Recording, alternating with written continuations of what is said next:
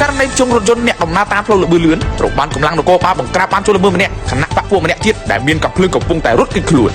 នៅព្រឹកថ្ងៃទី29 ខែមីនាឆ្នាំ2025នេះមានហេតុការណ៍រំភើបផ្អើលមួយនៅតាមផ្លូវលឿននិងមានការចែកចាយតាមបណ្ដាញសង្គមយ៉ាងច្រើនដោយឃើញជនល្មើសម្នាក់បានជុំរថយន្តរបស់ប្រជាពលរដ្ឋមួយគ្រួសារនៅតាមផ្លូវលឿនហើយឲ្យជនរងគ្រោះចុះពីរថយន្តរួចបើកគេចខ្លួនចេញទៅ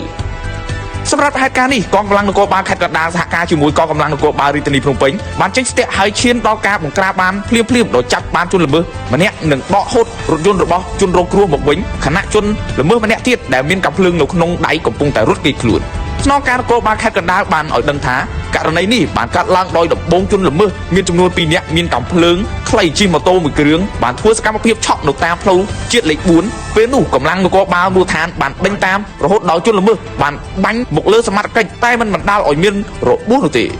ស្នងការ4បន្តថាពេលនោះកម្លាំងនគរបាលរបស់លោកបានចាប់ជនល្មើសបានម្នាក់ហើយម្នាក់ទៀតដែលមានកាំភ្លើងបានរត់គេចខ្លួនទៅផ្លូវលឿនហើយពេលឃើញជនរងគ្រោះមួយគ្រួសារឈប់រថយន្តនៅលើផ្លូវលឿនម្ដុំអូក្រាំអំបិលស្រាប់តែជនល្មើសបានខ្ជុងជនរងគ្រោះរួចបើករថយន្តជនរងគ្រោះម៉ាក់លុចស៊ីគេចខ្លួនតែម្ដងក្រោយពេលទទួលបានព័ត៌មាននេះកងកម្លាំងនគរបាលខេត្តកណ្ដាលបានសហការជាមួយកងកម្លាំងនគរបាលរាជធានីភ្នំពេញនិងកម្លាំងនគរបាលខេត្តកំពង់ស្ពឺដេញតាមនិងចេញពួនស្ទាក់ដើម្បីតាមចាប់ជនល្មើសដែលជុំប្លន់រថយន្តរូបនេះក្រោយដឹងថាកម្លាំងសមត្ថកិច្ចកំពុងដេញតាមជនល្មើសក៏បានបើករថយន្តយកទៅប្លង់ចោលទៅក្នុងទឹកដីស្រុកអង្គស្នួលហើយបានទៅជុំអ្នកបើករថយន្តលួចស៊ីពណ៌ខ្មៅរថយន្តមួយគ្រឿងទៀតដោយបង្ខំឲ្យជនរងគ្រោះបើកជូនដើម្បីកិច្ចខ្លួនពីសមត្ថកិច្ចរហូតបើកចូលទឹកដីខណ្ឌកំពូលក៏ត្រូវកម្លាំងនគរបាលមូលដ្ឋានរាជធានីភ្នំពេញស្ទាក់ហើយជនល្មើសភ្លាមចុះពីរថយន្តរត់គេចខ្លួនតែម្ដង